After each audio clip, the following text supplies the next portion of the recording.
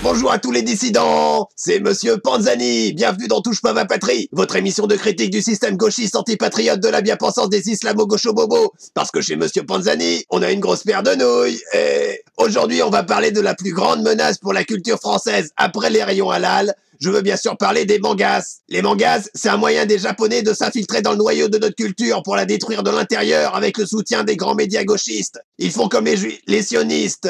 Ça a commencé avec le Club Dorothée. C'est un fait historique, hein. Attention, on n'est pas là pour dire des conneries. C'était dans les années 80 et 90. À cette époque, on pouvait tout dire, hein, mais un peu trop. Alors les Japonais, ils en ont profité de notre liberté d'expression pour balancer à nos enfants tous leurs mangas à la télé, avec toute leur violence débridée. Comme les Japonais. C'est bien de mettre un peu d'humour. Mais bon, heureusement que Ségolène Royal, elle a fait pression pour que ça s'arrête. Bon, une fois qu'une femme fait pas des conneries. Mais là, c'était pas de la bien-pensance du politiquement correct, hein. C'était normal, c'était une bonne chose. Parce que c'est très violent, leurs mangas. Comme Rémi sans famille. Quand le petit singe, il meurt de froid et tout. Enfin, qu'est-ce que je disais? Oui, quand on est en France, on dessine français, bordel. Et c'est pas moi qui le dis, hein, c'est Marceau. Un grand homme, il est bourré de talent. Marceau, ça c'est de la vraie bande dessinée, pas comme les trucs japonais, stupides et violents. Même notre belle langue française, elle est impactée au jour d'aujourd'hui. Otaku, sushi, tarama, geek, on n'est plus en France. Moi je dis que quand on est en France, on lit de la bande dessinée française, comme Marceau ou la BD de Bigard ou les blagues de Blonde. Il y a du choix, merde, pas besoin de lire des trucs de japonais. Moi je suis pour la liberté, mais pas comme ça, hein. Parce qu'après on n'a plus que ça partout. C'est qu'ils nous envahissent aussi avec leurs bars à sushi pour les bobos parigots, là. Les bars à sushi, c'est des bars où tu manges du poisson cru. Des bars où tu manges, c'est n'importe quoi. Ils respectent même pas les bars. C'est vraiment des enculés. Dans nos bars français, bien de chez nous, on mange des cacahuètes, bien de chez nous. Et on respecte la culture locale. De toute façon, on est envahi, hein. On n'est plus en France. Les bars à sushi sont en train de remplacer nos pizzerias et nos kebabs. Enfin, là, ça va. Maintenant, on se fait envahir parce que les jeunes de maintenant, ils ont grandi avec un truc pour détruire leur virilité. Ça s'appelle les tamagotchistes. Faut élever des animaux et prendre soin d'eux. C'est quoi ce truc de gonzesse? Après, on sait plus faire la différence entre les garçons et les filles. Alors que les différences sont naturelles, on peut pas les remettre en question.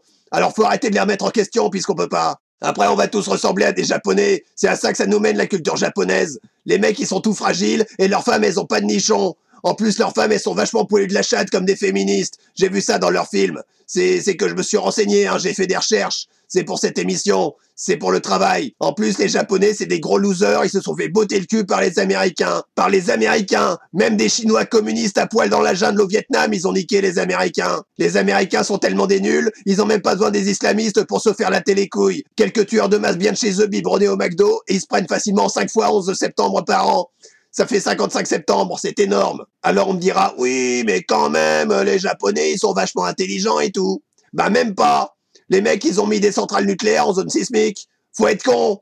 Viens pas me dire que c'est un peuple intelligent. D'ailleurs, en plus, l'Empire du Japon, c'était l'allié du Troisième Reich pendant la Seconde Guerre mondiale. Vous pouvez vérifier sur Internet, hein, je dis pas des conneries. Moi, j'aime bien la culture allemande, la bière, les saucisses, la discipline, les aides en marbre de 20 mètres de haut, tout ça. Mais un passionné de culture allemande, on le trouve suspect, comme si ça serait un nazi. Alors qu'un passionné de culture japonaise, là, ça va. Là, ça dérange pas la bien-pensance. De poids, de mesure. Faut quand même rappeler que les Japonais, ils tuent des baleines, hein. Ça veut dire qu'ils savent comment faire pour combattre les plus grands qu'eux.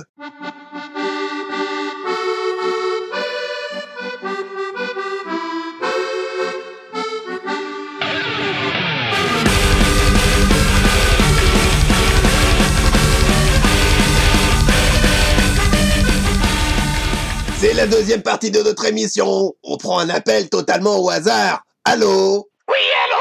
Oui. Oui, alors, je suis une antifasciste d'Internet. Je suis étudiante en sciences sociales de sociologie et je trouve que si vous refusez qu'on détruise votre culture, c'est que vous êtes un gros raciste qu'on devrait vous exterminer comme au goulag. Oh là là, que de haine. Tout ce que je veux, c'est défendre mon peuple et sa culture. C'est un droit fondamental. Les droits, c'est pour les minorités, pas pour les hommes blancs hétéros comme vous, espèce d'intolérants. Oh bah, je vous trouve très intolérante pour quelqu'un qui défend la tolérance. Espèce de sale patriote. Voilà où en est la France d'aujourd'hui à cause de la décadence gauchiste. Il est temps d'ouvrir les yeux.